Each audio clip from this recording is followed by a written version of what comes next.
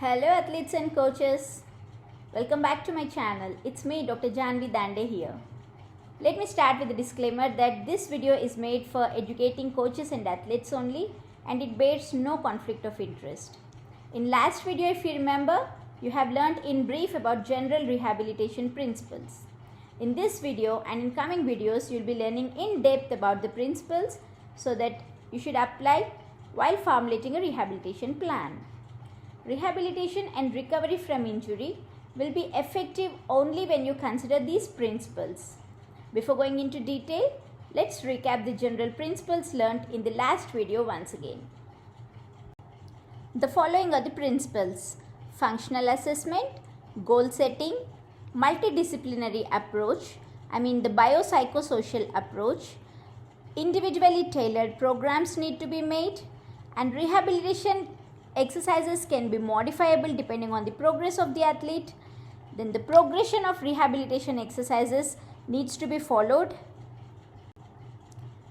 Rehabilitation should also focus on prevention of re-injury. The timing of rehabilitation, the timing of various exercises in the rehabilitation is also very important. Then optimum loading of the athlete during rehabilitation is also needed. Compliance or adherence of the athlete is also very important, and entire rehabilitation should follow a holistic approach. With this brief overview, let us learn about the individual principles one by one. Looking into the first principle, that is the functional assessment of an athlete. After an injury, the athlete needs to be assessed to diagnose the injury per se. Once his injury is diagnosed, the athlete needs to be further assessed for certain components to be addressed in the rehabilitation plan for his effective recovery and return to sport.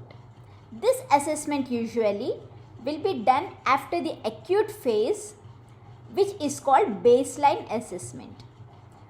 For rehab and the various components, the biomechanical defects, etc., need to be identified, and then a rehab plan will be formulated to address these components.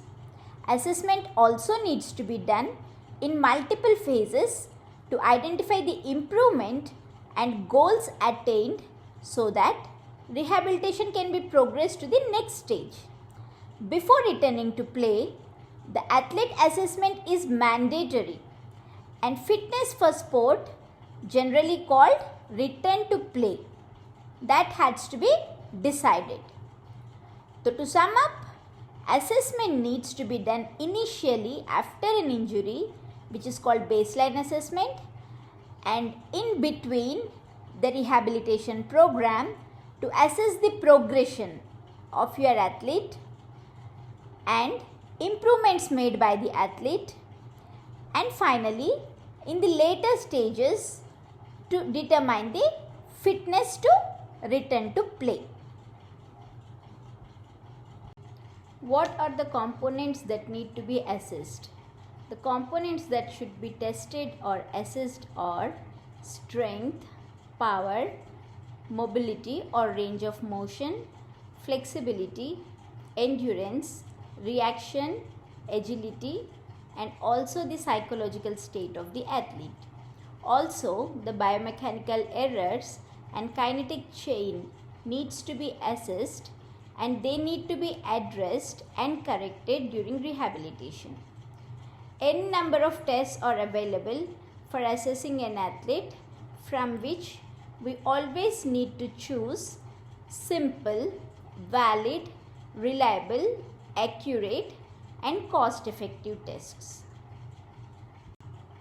Coming to goal setting, the goals that need to be achieved during the process of rehabilitation are reduction in swelling and pain, and also the signs of inflammation, which need to be done in acute stage, followed by restoring the range of motion. The complete movement needs to be achieved, regaining neuromuscular control and coordination, because after an injury the muscles may go into spasm or wasting and there may be a neuromuscular incoordination. So this has to be regained, followed by improving balance and control, improving muscle strength, muscle endurance and power. Then some agility and sport specific skills also need to be developed, and all this will be followed by return to play. That should be a goal that needs to be attained. And once the athlete returns to sport, an important goal that has to be kept in mind is to prevent the re-injury in the athlete. What are the advantages of goal setting? Why do we need to set goals?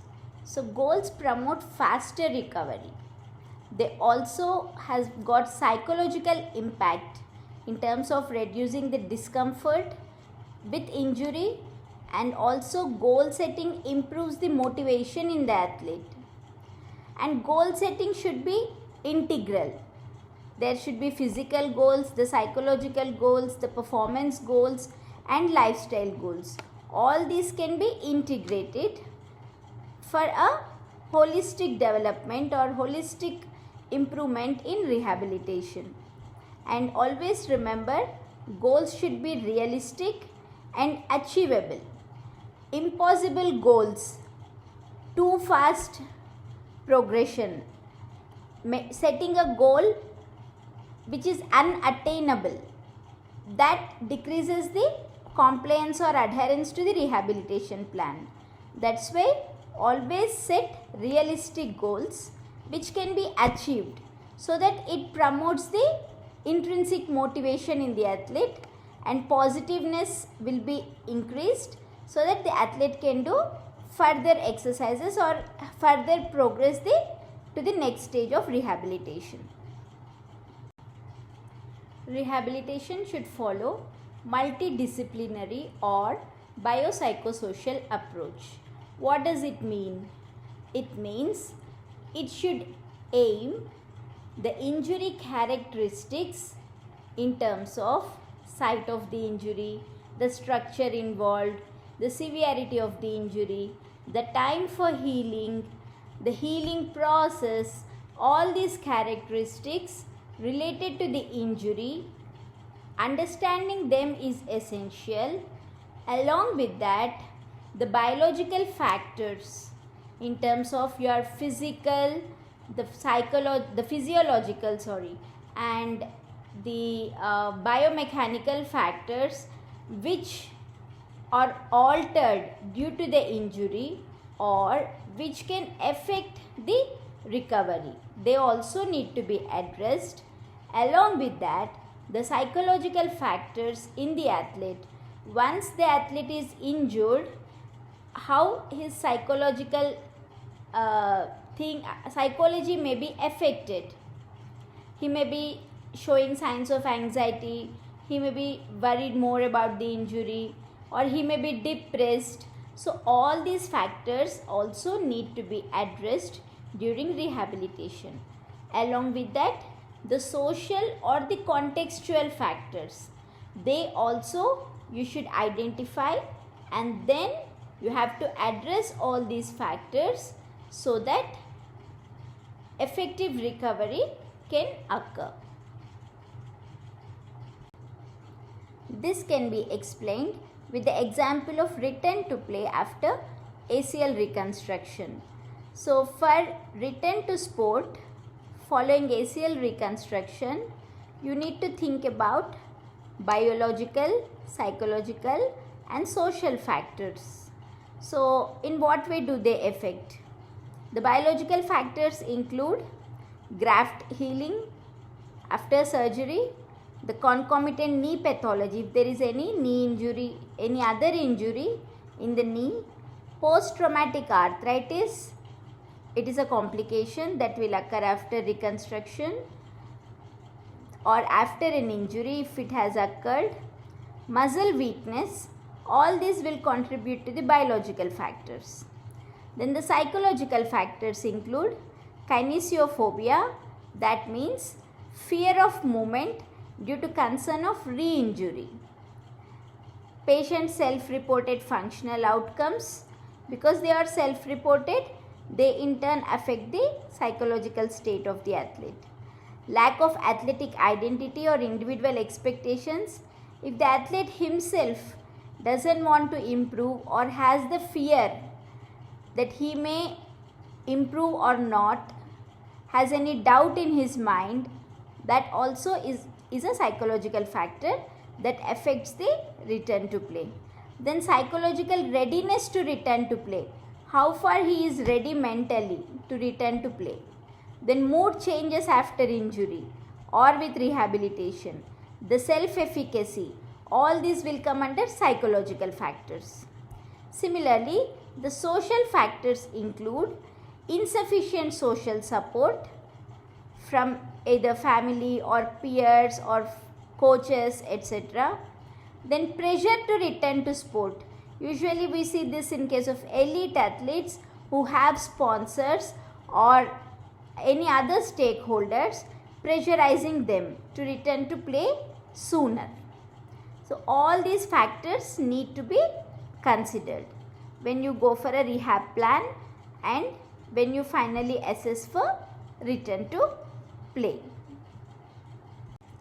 In this video lecture, you have learnt about functional assessment, goal setting and biopsychosocial factors to consider for rehabilitation.